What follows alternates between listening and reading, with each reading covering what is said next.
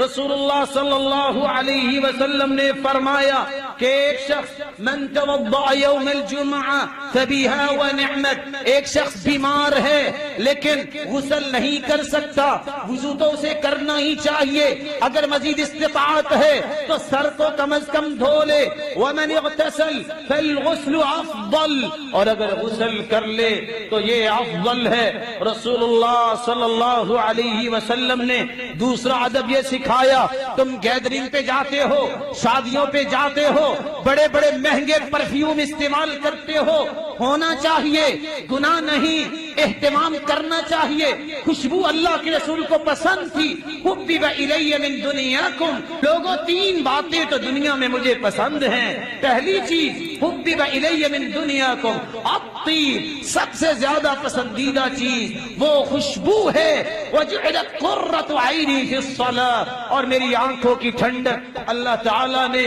نماز کو بنا دیا۔ اور تیسری بات المرأۃ الصالحہ، نیک عورت دنیا میں مجھے بہت پسند ہے۔ رسول اللہ صلی اللہ علیہ وسلم نے فرمایا دوسرا ادب یہ ہے غسل کرنے کے بعد خوشبو لگاؤ، اور تیسرا ادب یہ ہے لباس لبس من احسن ثیابی، پھٹا پرانا لباس نہیں، یہ دھوکے والا تقوی، یہ صوفیانہ تقوی، شریعت میں اس کی کوئی قدر نہیں، بلکہ اللہ کے رسول کا فرمان ہے من لبس لباس الشہرہ، جو شہرت کا لباس پہنتا ہے، مال ہے، نعمت ہے، سب کچھ ہے، لیکن پھٹا پرانا لباس پہن کر متقی ثابت کرنا چاہتا ہے، البسہ اللہ ثوب مذلہ، قیامت کا دن ہوگا اس جھوٹے دعوے کی وجہ سے ذلت کا لباس اس کو پہنایا جائے گا، ثم یلہب فیہ النار، پھر اس کے لباس میں آگ لگا دی جائے گی۔ تو دنیا کے اندر جھوٹے اپنے آپ کو پیش کرتا تھا، اللہ کے پیغمبر کا فرمان ہے ان اللہ یحب ان یری اثر نعمتہ علی عبدہ، اللہ اس بات کو پسند کرتے ہیں جس کو نعمتوں سے نوازا ہے اس نعمت کا وہ اظہار کرے۔ اگر شادی پہ اچھا لباس پہن سکتا ہے، منگنی پہ جاتے وقت پہن سکتا ہے، کھانا کھانے کے لیے پہن سکتا ہے، یہ عید کا دن ہے، سب سے اچھا لباس جمعے کے دن پہنے، غسل کرنے کے بعد اچھا لباس پہنے، خوشبو لگائے، والسواک، اور مسواک کرے۔ رسول اللہ صلی اللہ علیہ وسلم نے یہاں تک فرما دیا کہ اگر انسان کے پاس خوشبو نہیں ہے تو اسے اپنے بالوں کو درست کرنے کے لیے وَيَدَّهِنَ مِن دُهْنِ، اپنے بالوں کو کم از کم تیل لگا لے، اتنا مال نہیں کہ خوشبو لائے۔ وَكَانَ يُكْسِرُ تَسْرِيحَ لِحْيَتِهِ، آپ اپنی داڑھی مبارک کے بالوں کو بڑے اچھے انداز سے بار بار درست کرتے، اور آپ نے سمجھایا تھا امت کو بکھرے ہوئے بال یہ مسلمانوں کے نہیں ہونے چاہیے۔ ایک شخص آیا جس کے بال بکھرے ہوئے ہیں، آپ نے فرمایا الیس فی بیتہ ما یسکن رأسہ، کیا اس کے گھر میں پانی بھی نہیں کہ اپنے بالوں کو سیدھا ہی کر کے آ جاتا؟ انما ہوا شیطان، یہ تو شیطان ہی لگ رہا ہے، یہ بکھرے بال جو درست نہیں ہوتے، اللہ کے رسول کی زبان بول رہی ہے یہ تو شیطانوں کی مشابہت ہے۔ اور پانچواں ادب یہ ہے جو صحابہ نے سیکھا کہ ہر جمعے کو صحابہ اپنے ناخن کاٹ لیا کرتے تھے، اللہ سے ڈر جائیں وہ عورتیں جو یہودیوں کی نقالی کرتے ہوئے ناخنوں کو لمبا کرتی ہیں، اور حیا اور شرم ان بھائیوں کو بھی آنی چاہیے۔ بلا شبہ یہ ہاتھ مٹی میں بھی لگتے ہیں، بلا شبہ انسان کے ہاتھ ہیں، انہی ہاتھوں سے پکنے والا کھانا کیسے پسند کرتے ہیں۔ صحابہ ہر جمعے کو اپنے ناخن کاٹا کرتے۔ ہو مسلمان، ہو مومن، ہو اللہ کی جنت کی امید رکھنے والا، اپنے گھروں میں ایسی باتوں کو پسند کیسے کرتا ہے؟ رسول اللہ صلی اللہ علیہ وسلم نے چھٹا ادب یہ بیان کیا ہے کہ جب انسان مسجد میں آئے جلدی مسجد میں آ کے بیٹھ جائے، اور بیٹھے کہاں؟ امام کے قریب۔ کان رسول اللہ صلی اللہ علیہ وسلم اذا استوى على المنبر استقبلناه بوجوہنا، ہم جب مسجد میں آتے تو ہم اپنے چہروں کو اللہ کے رسول کی طرف کر لیتے۔ روایت بتاتی ہے کہ اس چھٹے ادب سے پہلے یہ کام کرنا ضروری ہے۔ اگر وقت مل جائے، اگر انسان میسر نہیں وقت، تو شام سے پہلے تو ہو جانا چاہیے۔ وہ کیا ہے؟ من قرأ سورۃ الکہف فی یوم الجمعہ، جو جمعے کے دن سورۃ الکہف پڑھ لیتا ہے 3 انعامات سے نوازا جاتا ہے۔ کان لہ نورا ما بین الجمعتین، اگلے 8 دن اللہ تعالیٰ اسے روشنیاں عطا کر دیتے ہیں۔ اس کی سوچ میں روشنی، اس کی فکر میں روشنی، اس کے قول و عمل میں روشنی۔ دوسرا انعام، غفر له ما بین الجمعتین وفضل 3 ایام، جو سورۃ الکہف پڑھ لیتا ہے 10 دن کے گناہوں کو اللہ معاف کر دیتے ہیں۔ تیسرا انعام، عصم من فتنة الدجال، اگر دجال بھی آ جائے گا تو اللہ اس شخص کو دجال کے فتنے سے محفوظ فرما دے گا۔ اس لیے سورۃ الکہف کی تلاوت کیجئے، کثرت سے درود پڑھیے، صبح کے وقت ہی یہ ذمہ داری ادا کیجئے۔ اللہ کے رسول صلی اللہ علیہ وسلم نے فرمایا، من صلی علی 10،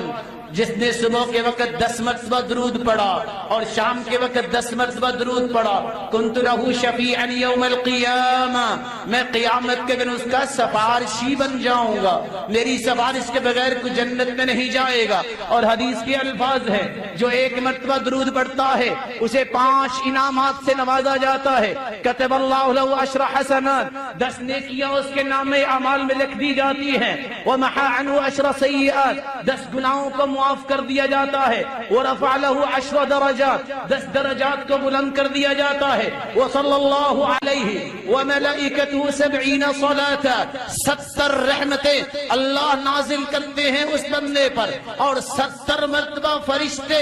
اس کی بخشش کی دعائیں کرتے ہیں۔ فلیقل عبد من ذلك او لیکثر، جو زیادہ رحمتیں چاہتا ہے وہ زیادہ درود پڑھ لیا کرے، اور جو رحمتوں سے محروم ہوتا ہے وہی یہ کام نہیں کرتا۔ اللہ رب العزت ہمیں زیادہ سے زیادہ درود پڑھنے کی توفیق عطا فرمائے۔ مسجد میں آ کے صحابہ بیٹھتے، اللہ کے رسول صلی اللہ علیہ وسلم کی طرف اپنے چہرے کر لیتے اور غور سے خطبہ سنتے، جمعے کی نماز پڑھتے،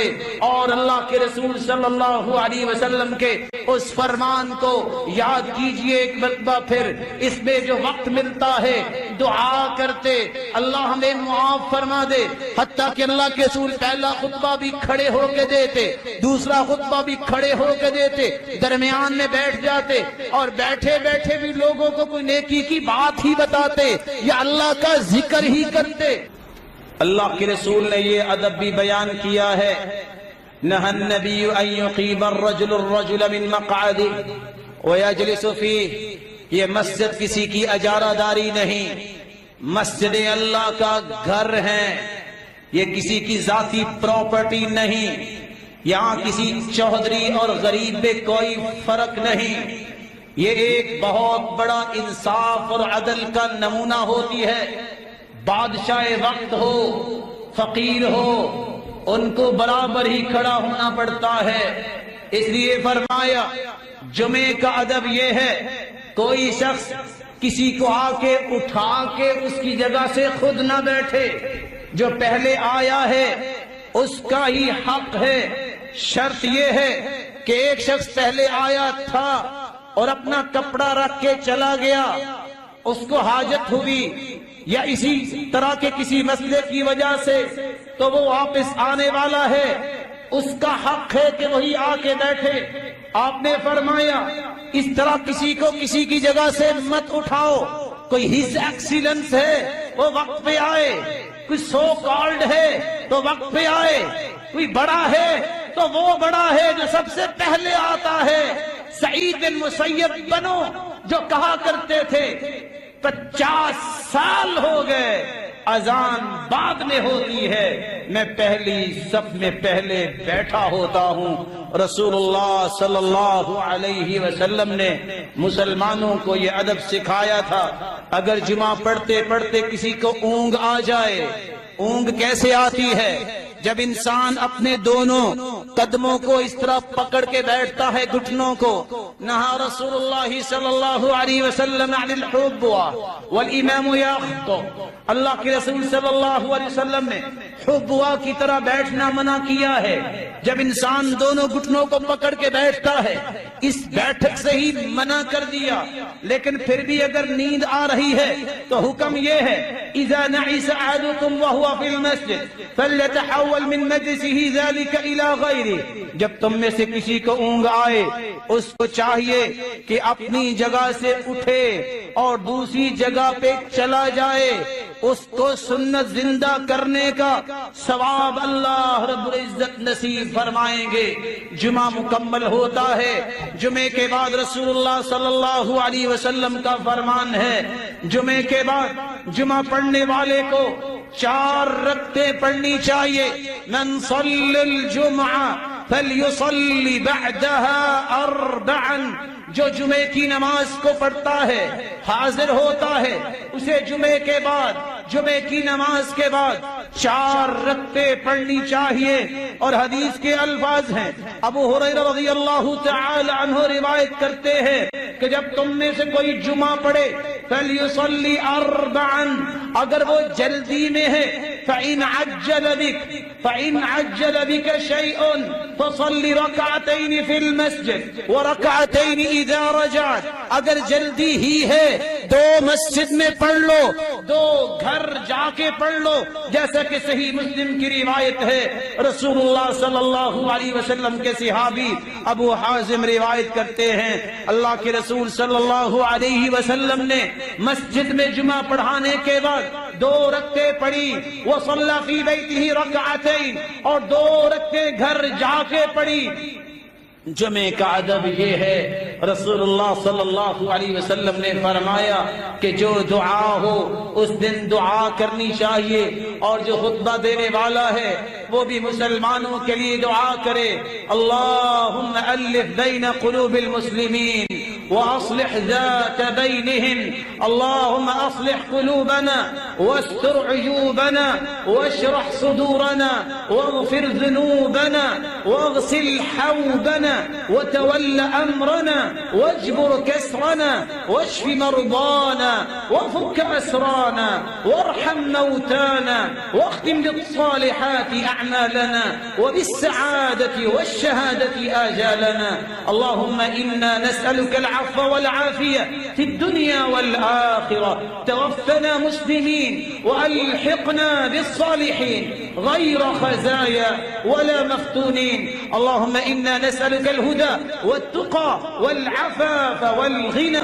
اللهم إنا نعوذ برضاك من سخطك وبمعافاتك من عقوبتك، وبك منك لا نحصي ثناء عليك أنت كما أثنيت على نفسك، اللهم اجعل القرآن العظيم ربيع قلوبنا ونور صدورنا وجلاء أحزاننا وذهاب همومنا وغمومنا برحمتك يا أرحم الراحمين، اللهم صل على محمد وعلى آل محمد كما صليت على إبراهيم وعلى آل إبراهيم إنك حميد مجيد، اللهم اغفر لنا ولوالدينا ولأساتذتنا ولمشايخنا ولمن أوصانا واستوصانا ولمن له حق علينا يا رب العالمين، اللهم رحماك يا رب، اللهم انصر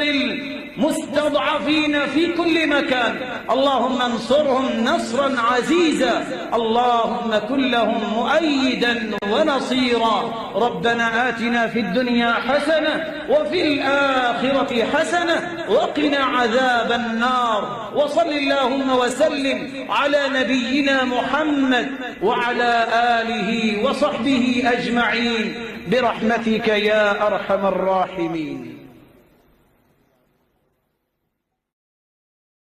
کے مال کو دیکھ کے شادی نہ کرو، کیونکہ یہ بے عملی اور بے راہ روی اس میں باقی رہے گی، اور اگر اس میں کمینگی ہے تو وہ باقی رہے گی، مال تو آنے جانے والا ہے۔ ایسا ہی کوئی شخص اگر اس کے اندر اللہ کا خوف نہیں، نہ وہ اللہ کے سامنے جھکتا ہے، نہ اس کے پاس اللہ کی پہچان ہے، اور نہ ہی وہ روزے رکھنے والا ہے، نماز پڑھنے والا ہے، تو ایسے انسان کے مال کو دیکھتے ہوئے کسی شخص کو بھی اپنی بیٹی کا نکاح نہیں کرنا چاہیے۔ حقیقت میں یہ مال تو آنے جانے والا ہے، یہ بد اعمالیاں اس میں باقی رہ جائیں گی۔ مال کے ساتھ ساتھ صرف جمال کو دیکھ کر شادی کرنا یہ بھی کوئی مستحسن عمل نہیں شریعت میں کہ دین کو چھوڑ کر جمال کو دیکھا جائے۔ جمال الوجه ما قبح النفوس كقنديل على قبر المجوسی، ایک مجوسی اگر فوت ہو جائے، اس کو قبر میں دفنا دیا جائے اور باہر جتنی بھی لائٹنگ کر دی جائے تو مجوسی کی قبر میں روشنی تو نہیں پہنچے گی۔ ایسا مرد اور ایسی عورت جو اپنے وطن، اپنے علاقے میں سب سے حسن میں فائق ہے لیکن نماز روزہ نہیں، اللہ کا خوف نہیں، تو اس کی ایسی ہی کیفیت ہے جیسے ایک مجوسی کی مثال آپ نے سنی۔ یہ حسن و جمال اس کو کبھی فائدہ نہیں دے گا۔ اور حقیقت یہ ہے رسول اللہ صلی اللہ علیہ وسلم نے تیسری بات بھی سمجھائی کہ خاندانی بت سب ٹوٹ چکے ہیں۔ رسول اللہ صلی اللہ علیہ وسلم نے صحابہ کرام کو فرمایا تھا جاہلیت کے جتنے بت ہیں میں نے توڑ دیے۔ کل امر من امور الجاہلیہ موضوع تحت قدمی، جاہلیت کے جتنے بھی امور ہیں سب کے سب میرے پاؤں تلے روندے گئے ہیں، ان کا کوئی بھی اعتبار نہیں۔ اسی لیے خود رسول اللہ صلی اللہ علیہ وسلم نے زینب رضی اللہ تعالی عنہ جو قریش خاندان کی تھی اس کا نکاح غلام کے ساتھ کیا، زید رضی اللہ تعالی عنہ، اور اسی لیے قریش کے خاندان سے عبد الرحمن بن عوف ہیں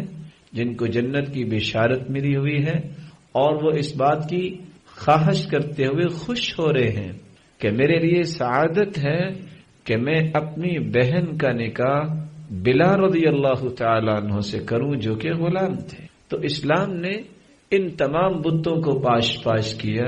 جو خاندان کے نام سے جاہلیت کے اندر موجود تھے۔ رسول اللہ صلی اللہ علیہ وسلم پہ نازل ہونے والا قرآن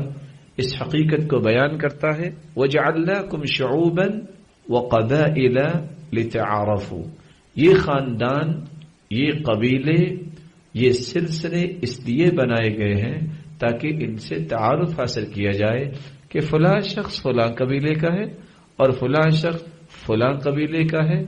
اس سے یہ قطعاً مقصود نہیں ہے لتفاخروا کہ یہ فخریہ انداز سے تم پیش کرنے والا خاندان ہے تمہارا اور تمہارا خاندان کمزور ہے، ایسا اسلام نے کوئی بھی پہلو پیش نہیں کیا۔ اور نہ یہ کہا ہے لتعارفوا کی بجائے لتخاصموا کہ تم جھگڑو، میرا خاندان اچھا ہے اور میرا خاندان اچھا ہے۔ رسول اللہ صلی اللہ علیہ وسلم نے ان باتوں سے منع فرمایا اور فرمایا من بطأ به عمل لم يسرع به نسبه، جس شخص کا عمل اچھا نہیں، خاندان جتنا بھی اچھا ہو یہ خاندان اسے فائدہ نہیں دے گا، اور جس شخص کا عمل خوبصورت ہے اس کا خاندان دنیا کے نزدیک کوئی بھی حیثیت نہ رکھتا ہو تو پھر بھی اللہ کے ہاں مقام پالے گا۔ اسی لیے تو بلال رضی اللہ تعالیٰ عنہ تھے غلام ہی، رنگ بھی کالا تھا، لیکن ابو بکر صدیق رضی اللہ تعالیٰ عنہ جو پوری کائنات سے اعلیٰ صحابی ہیں، جو اللہ کے رسول کے بعد مسلمانوں کے خلیفہ بنے، اور اللہ کے رسول فرمایا کرتے تھے میں نے زندگی میں ہر ایک کے احسان کا بدلہ دے دیا لیکن ابو بکر کے احسان کا بدلہ میں نہیں دے سکا۔ وہ کہا کرتے تھے بلال رضی اللہ تعالیٰ عنہ کو بلال سیدنا، لوگوں بلال تو ہمارا سردار ہے۔ یہ اکرام کیوں؟ اس کے ایمان کی وجہ سے، اس کے تقوی کی وجہ سے، کیونکہ وہ اللہ کا تقرب حاصل کر چکے تھے، ان کا مرتبہ اور بلندی اور رفت اسلام میں اتنی تھی، اس لیے ابو بکر بھی ان کو کہہ رہے ہیں کہ یہ ہمارے سردار ہیں۔ تو رسول اللہ صلی اللہ علیہ وسلم نے یہ چند بنیادیں پیش کی ہے کہ اگر کوئی گھر بنے جس میں اصول اور ضابطے اور حقوق کی پاسداری کرنی ہے، پہلے اس گھر کی بنیاد تو اچھی ہو، اس گھر کو بنایا تو خوبصورت جائے، اس گھر کو بناتے وقت تو کم از کم میٹیریل ٹھیک ہو، تبھی تو اس میں رونقیں آئیں گی، تبھی تو اس میں سکون اور وقار حاصل ہوگا۔ رسول اللہ صلی اللہ علیہ وسلم نے ان بنیادوں کے بعد مرد اور عورت دونوں کی ذمہ داریوں کو، دونوں کے حقوق کو اور دونوں پہ جو مسئولیات عائد ہوتی ہیں ان کا تذکرہ فرمایا۔ اور جیسا کہ ہم پہلے بیان کر چکے ہیں، مسلمان کی ذمہ داری ہے کہ وہ ان دونوں پہلوؤں کو بیان کرے۔ مرد بھی اپنے حقوق سے آشنا ہو کہ یہ میں نے پورے کرنے ہیں اور کرنے ہیں، یہ شریعت نے میری ذمہ داری لگائی ہے، اور عورت کو بھی اس کے حقوق پتہ ہونے چاہیے تاکہ وہ بھی یہ بات سوچے کہ یہ کام میں نے کرنا ہے اور کرنا ہے۔ اگر یہ کام نہیں ہوگا، اس کا مطلب یہ ہوگا کہ میں خود اپنے ہاتھوں سے اپنے گھر کو برباد کرنا چاہتا ہوں یا اپنے گھر کو برباد کرنا چاہتی ہوں۔ تو گھر کے اندر خوبصورتی اور وقار اس وقت ہی آئے گا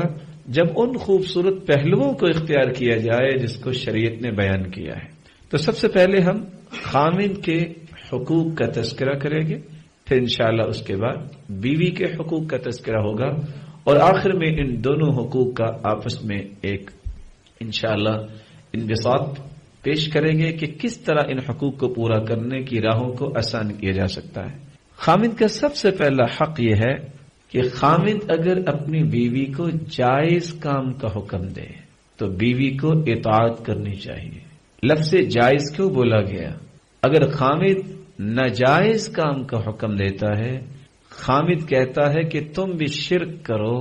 تم بھی اللہ کی نافرمانی کرو، یا کھلے لفظوں میں اگر یہ خواہش کر دے کہ یہ نافرمانیاں تم نے کرنی ہی کرنی ہے، تو عورت احترام تو نہیں چھوڑے گی لیکن اس کی اطاعت نہیں کرے گی۔ جائز کام میں خاوند کا پہلا حق ہے کہ عورت اطاعت کرے۔ رسول اللہ صلی اللہ علیہ وسلم نے فرمایا، اذا صلت المرأة خمسها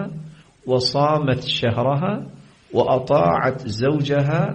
وحفظته في نفسها وماله قيل لها ادخل الجنة من أي باب شئت۔ ایک عورت جو 5 وقت کی نماز پڑھنے والی ہے، روزہ رکھنے والی ہے، فرضی روزوں کی پابند ہے، اور اپنے خاوند کی اطاعت کرنے والی ہے، اور اپنی اولاد کی، خاوند کے مال، اس کی اولاد کی حفاظت کرنے والی ہے، اور اپنی عزت کی محافظہ ہے، تو ایسی عورت کو قیامت کے دن اللہ رب العزت فرمائیں گے جنت کے 8 دروازے کھلے ہیں، جس دروازے سے جنت میں جانا چاہتی ہو چلی جاؤ۔ رسول اللہ صلی اللہ علیہ وسلم سے سوال کیا گیا، اطاعت کرتے وقت بہت سارے مسائل گھروں میں پیدا ہو جاتے ہیں۔ خاوند ایک بات کہتا ہے نیکی کی بنیاد پہ، عورت کہتی ہے تو نیکی، لیکن میرے گھر میں ایسا نہیں ہوتا تھا، میری بہن نے مجھے یوں کہہ دیا، میری خالہ نے تو مجھے ڈائریکشن یہ دی ہے، اور میری والدہ کی سوچ تو یہ ہے۔ رسول اللہ صلی اللہ علیہ وسلم سے اس مسئلے کا حل بھی معلوم کر لیا گیا۔ جب یہ سوال کیا گیا ای الناس اعظم حقا علی المرأة، اللہ کے رسول صلی اللہ علیہ وسلم یہ تو سمجھائیے سب سے زیادہ حقدار کون ہے جس کی بات عورت مانے؟ قال زوجها، کہا اس کا خاوند اس لائق ہے کہ سب سے زیادہ بات خاوند کی مانے۔ وہ بات خاوند کی اگر برائی کی نہیں، نیکی کی بات ہے، حسن معاشرت کی بات ہے، اس کے مقابلے میں باپ بھی کچھ کہہ دے، ماں بھی کچھ کہہ دے، یا کوئی اور رشتہ دار کہہ دے، اس کی کوئی حیثیت نہیں۔ اس لیے رسول اللہ صلی اللہ علیہ وسلم نے بڑے واشگاف الفاظ میں فرما دیا تھا، من خبب امرأة على زوجها، جو عورت، جو مرد کسی عورت کو خاوند کے خلاف اکساتا ہے، اور دوسری روایت کے لفظ ہیں من افسد امرأة على زوجها، جس نے عورت کو اپنے خاوند کے خلاف فاسد کر دیا کہ وہ خامد سے اب وہ محبت رکھنے والی رہی نہیں، اس کے جذبات کو مجروح کر دیا، ایسی ایسی باتیں اس کو سکھائی پڑھائیں، خواہ وہ ماں ہی کیوں نہ ہو، خواہ وہ باپ ہی کیوں نہ ہو، خواہ وہ بہنیں رکھنے والی عورتیں ہی کیوں نہ ہوں۔ فرمایا جو خامد کے خلاف اکساتی ہیں یا ایسی باتیں ان کو پڑھاتی ہیں جس سے ان کے معاملات بگڑ